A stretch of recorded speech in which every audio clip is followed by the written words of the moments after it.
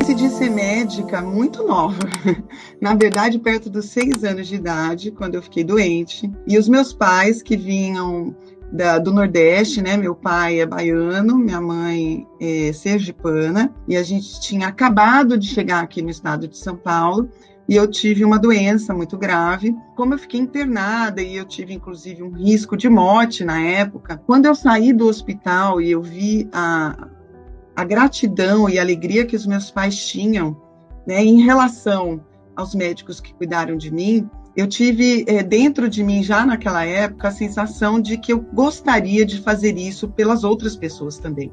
E desde pequena, então, eu dizia que eu ia ser médica. Meus pais, como vieram de famílias de origem simples, né, eles tinham, claro, uma vontade muito grande que eu fosse médica, mas, ao mesmo tempo, uma preocupação se eles teriam condições de custear os meus estudos, de me manter numa faculdade de medicina.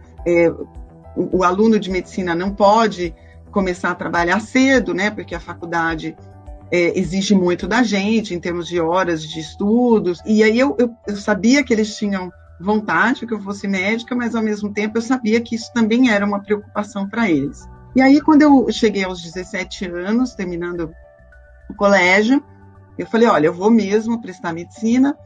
E aí meu pai falou, então vai e tal, mas eu não sei se eu vou ter condições de pagar se a faculdade for particular. E eu prestei todas as faculdades que tinha aqui na região de Campinas, e eu acabei passando nesse primeiro ano de vestibular na PUC de Campinas, que era uma faculdade particular. E, na verdade, tem uma história curiosa em relação a eu ter passado nesse vestibular. A gente na verdade, não estava aqui em Campinas quando saiu o resultado. Isso foi em 1993, então a gente não tinha internet, né? Os resultados saíam no jornal.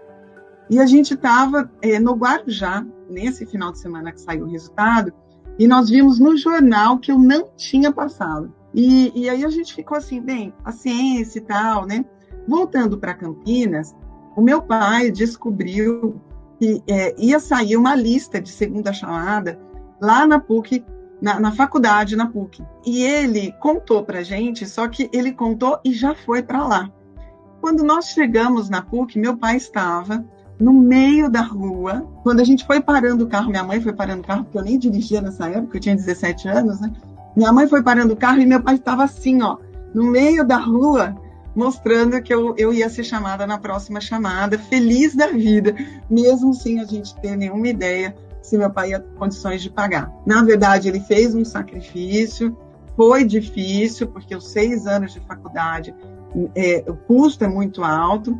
Eu, para tentar ajudar com esse custo, eu comecei a dar aulas de inglês numa escola de inglês aqui de Campinas, e com isso eu podia ter o meu dinheiro, né, para as minhas coisas ali do dia a dia, sem ter que precisar pedir mais ainda para ele, já que ele fazia esse esforço aí para pagar minha faculdade todo mês. E a felicidade foi que ele é muito trabalhador. Meu pai é uma pessoa de acordar às 5 da manhã e parar a hora que parar o trabalho mesmo. Então, pessoa realmente que ama o que faz. Ele não é da área da saúde, ele sempre trabalhou com vendas, e ele, no esforço dele, ele pagou os meus 6 anos de faculdade, e com muito orgulho, sem atrasar uma mensalidade da faculdade. E então, hoje, no Dia dos Pais, eu quero, mais uma vez, agradecer, pai, pelo esforço enorme que você fez para me tornar médica.